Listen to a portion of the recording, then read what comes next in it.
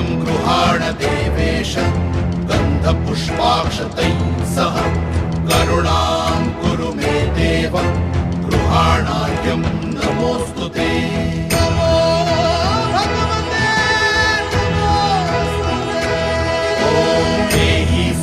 सहस्रांशो तेजो राशे जगत्पते अनुकम्पय मां भक्त्या गृहाणार्घ्यं नमोऽस्तु ते।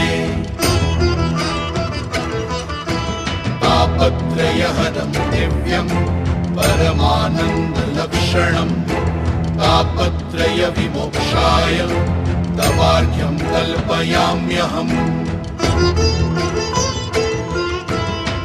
नमो भगवते तुभ्यं नमस्ते जातवेदसे दत्तमर्घ्यं मया भानो त्वं गृहाण नमोऽस्तु ते। अर्घ्यं गृहाण देवेश गन्धपुष्पाक्षतैः सह करुणा